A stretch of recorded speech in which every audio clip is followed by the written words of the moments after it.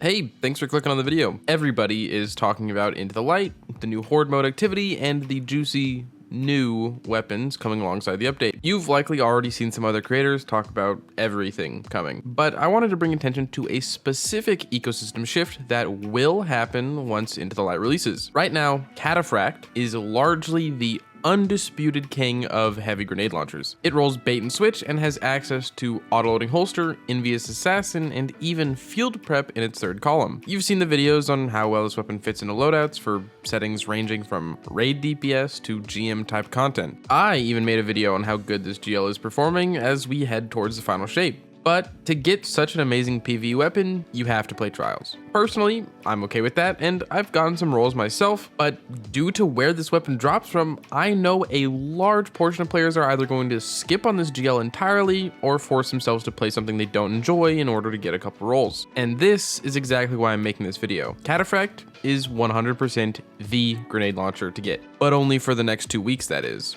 As you've gathered from the thumbnail and the title, Cataphract is about to be completely dethroned. So before I give you the specifics on why this is happening, I just want to relay the message that you don't need a Cataphract anymore. If you don't like PvP, don't worry about trying to farm for a god roll. An equivalent or better weapon is about to be in your hands. So what's taking the top spot? That would be Edge Transit. This week, Bungie showed off each of the new Brave Arsenal weapons perk pools, and Edge Transit, which is the same frame as Cataphract, has the same or better perk combinations. Here's the perk pool they gave us from the blog post, and there's a couple combos that need to be highlighted. You've got the easy god roll of auto-loading holster and bait and switch present here, or you could even swap auto-loading out with field prep or envious assassin exactly like you can on Cataphract. But outside of this, Edge Transit has Cascade Point in its third column.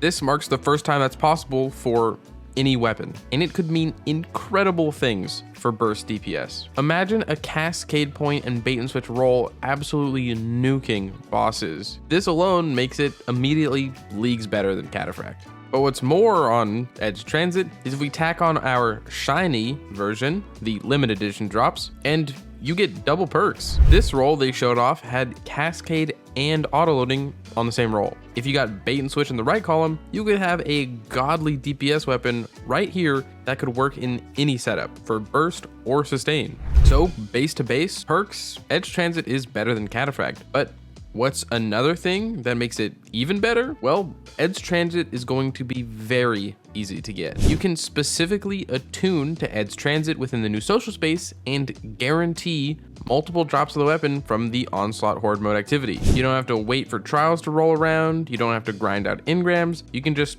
target farm Edge Transit at any time inside of a PvE activity. So yeah, you don't need to touch trials anymore. Cataphract is honestly a thing of the past. Granted, if you do already have a god roll Cataphract, that's not going anywhere. Excluding Cascade Point, these two GLs will perform exactly the same, but if you look at the grand scheme of things, it's fair to say that Edge Transit is just better. I'm super excited to grab some god roll limited edition Edge Transits, and if you're interested in some guides and tips when Into the Light drops in less than 2 weeks, I'd say subscribe to the channel. I'll be covering stuff leading up to its launch and after.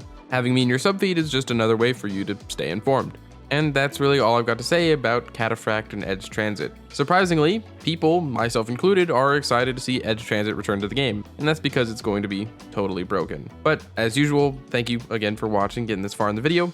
If you want to support me and support the channel, a like, a comment, subscription goes a super long way. Again, I'm on the road to 7,000 subscribers. If you want to support me and support the channel, but you can't think of a comment, you can comment down below Edge Transit. And as always, I hope you are having a great day, and I hope to see you around.